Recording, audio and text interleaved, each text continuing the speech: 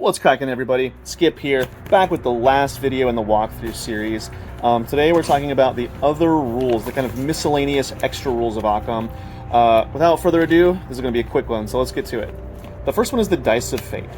Basically, anytime you need something completely left to chance, a completely random outcome, roll 2 dice, take the total.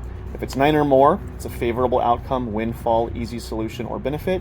And if it's 8 or less, it's a challenging outcome, setback, dilemma, or cost.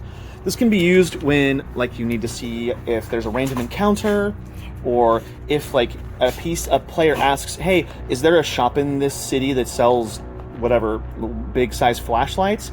I don't know. I really don't know. Let's find out. And so, yeah, if you roll 8 or less, it's a cost or a challenging outcome. Basically, this creates a challenge they have to solve to get what they want. This means they just, yeah, sure, it's there. So random encounters, environmental or weather changes, just when you don't know what'll happen, use the Dice of Fate. Long-term goals. This is kind of a tag-on to the rules about advancement. Basically, whenever you have a big project, either a skill you're trying to learn, like learning a language, or a big project that involves a physical action skill, like building a boat, confer with the guide on the requirements. So if you're building a boat, for example, what do you need to build a boat? Well, it's going to cost money. It's going to take, 6 months to a year. You're going to have to find a crew. You're going to have to find contractors to do the work. You're going to have a design.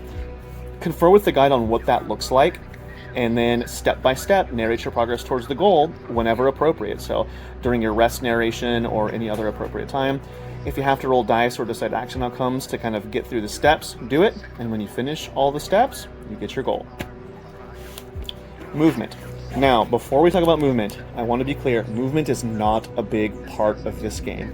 In general, if there's no risks or requirements to moving, you just move freely. We don't talk that much about it. But there are situations, like when there's time constraints or tension, when you're going to want to know, can I get to something in time? So we talk about ranges in Okkam are close, far, and distant.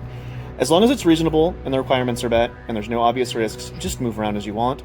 But if not, maybe talk about, yeah, you can make it, but it'll be risky. Or, yeah, you can try to get some distance, but moving from close to far is going to be risky. And then it talks here a little bit about, for big movements, like moving overland journeys or backtracking through dungeons or things like that, you can use the Dice of Fate for random environmental changes or encounters. So, like, if you're going on a trek over a mountain, that's kind of like a movement-based thing. You can use the Dice of Fate to determine when things happen, when resources deplete, that sort of stuff. Death. Now, this is a topic that comes up in most RPGs, so there's just a little blurb in here. By default, how it works is you're going to decide as a group if PCs can die, or be exiled, or go insane, or whatever. Basically, be removed from the story. That works like any other condition. So you can say, hey, are we interested in playing a game where a possible outcome of violence is taking the dead condition? PCs can also leave voluntarily at any time. Just give them the spotlight to narrate the grand exit. Anytime a PC's going to leave the story for some reason, let them make it big, right? Go big with it. That's pretty much it. PvP. If PCs agree to compete against each other, involve PCs roll dice as normal. Best result gets their way, reroll ties. So, all PvP, all player versus player, is consensual. You cannot force yourself. Players cannot force other PCs to do what they want. You cannot attack each other. If two players say, hey, our PCs are disagreeing, like they're kind of butting heads, it would be really cool if maybe we figured out who got their way. Let's figure it out. You're going to roll dice as normal. That means all modifiers, all exhausts, etc. as normal. Spending resolve. Best result gets their way, reroll ties. Absence. This is simple. When a player's not there for a session, their PC takes a background role. They cannot act or be targeted directly, but they earn advancement and experience story events and consequences as normal. The last thing is agency, and this is a big one, okay? So, in Okkam, the guide, or anyone else, without being given explicit or implied consent, cannot say what a PC does, says, thinks, or feels. The guide is not, except when consent is explicitly given or the game rules say otherwise.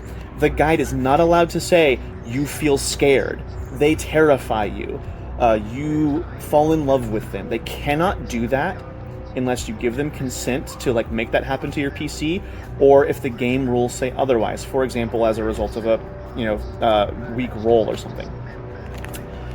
Technically, the guide cannot even say you enter the building unless you explicitly tell them we enter the building, or unless there's kind of an implied consent that, like, yeah, the guide can narrate small things like that.